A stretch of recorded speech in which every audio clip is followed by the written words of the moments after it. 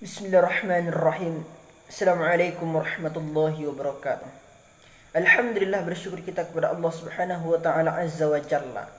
Bersalawat kita kepada Rasulullah Sayyidina Muhammad sallallahu alaihi wasallam.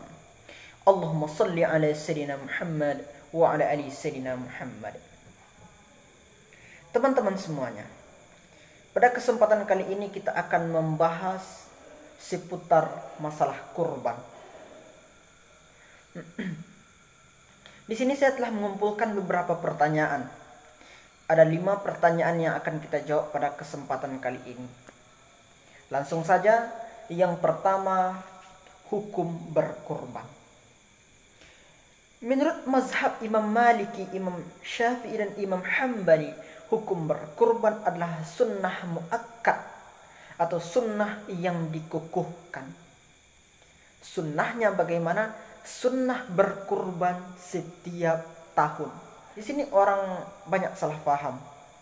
Oh, saya telah berkurban tahun lalu, saya telah berkurban beberapa tahun lalu, saya tidak perlu lagi berkurban. Kurban itu sunnah setiap tahun, bukan sunnah sekali seumur hidup. Menurut Imam Hanafi, hukum berkurban adalah wajib dengan beberapa syarat. Imam Hanafi berhujjah dari ayat Al-Quran, fasolli lirabbika wanhar. Wanhar adalah perintah dan perintah adalah wajib. Maka berkurban adalah wajib menurut Imam Hanafi, tapi dengan beberapa syarat.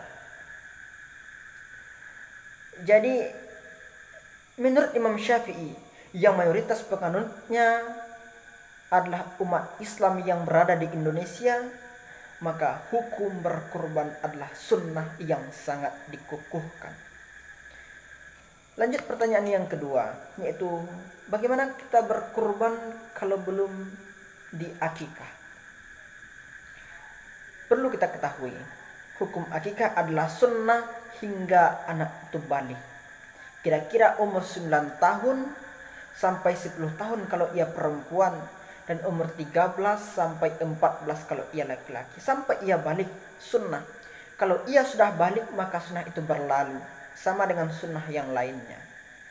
Berbeda halnya dengan kurban. Kurban itu sunnah setiap tahun, jadi tidak ada hubungan antara akikah dengan kurban. Yang kedua, bagaimana hukumnya kurban untuk orang yang telah meninggal?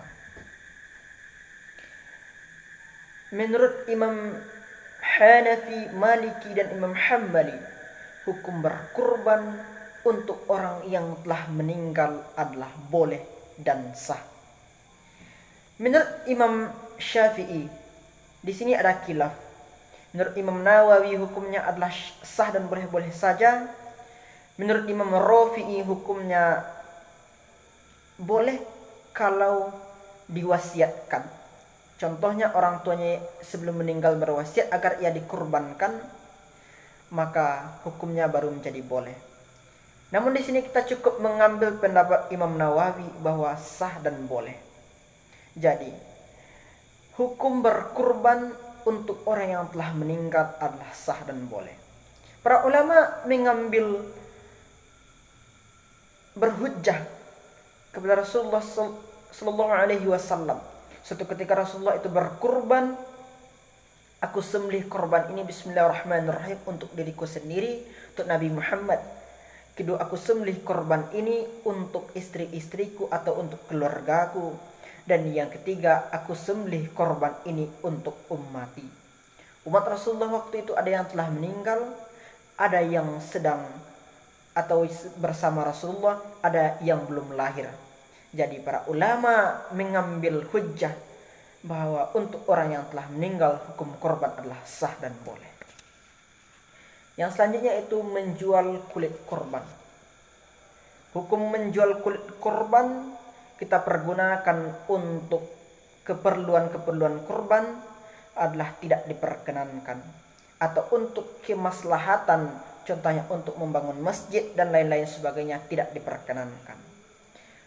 Kulit korban di waktu korban adalah dibagikan kepada orang-orang yang membutuhkan, anak yatim, fakir miskin dan lain-lain. Bagaimana kalau mereka tidak bisa mempergunakan? kita boleh menjual tetapi sebagai perantara dari mereka. Kemudian dikasihkan atau dibagikan kepada mereka. Yang selanjutnya yaitu hukum memasak daging kurban untuk bersama. Mungkin maksudnya di sini adalah memasak daging kurban untuk dimakan secara bersama-sama di waktu hari penyembelihan. Nah, kita ketahui dulu kurban itu terbagi dua, ada kurban wajib dan ada kurban sunnah. Kurban wajib adalah contohnya kurban yang dinazarkan. Saya bernazar kalau ini terjadi maka saya akan berkurban. Kalau kurban wajib maka si orang yang berkurban itu tidak boleh memakan dagingnya. Namun kalau kurban sunnah ada bagian untuk orang yang berkurban itu sepertiga. Nah, kalau kita meminta izin kepada orang yang berkurban, saya ambil sedikit dari bagian ini untuk kita gunakan memasak di hari ini. Kalau orang yang berkurban mengizinkan maka hukumnya boleh-boleh saja. Namun kalau kita mengambil daging kurban meskipun itu untuk bersama, sebelum dibagikan maka hukumnya tidak diperkenankan. Demikian yang dapat saya sampaikan. Mudah-mudahan bermanfaat bagi kita semua. Mohon maaf atas kesalahan. Wallahu a'lam bissawab wa ilaihil marji wal ma'ad.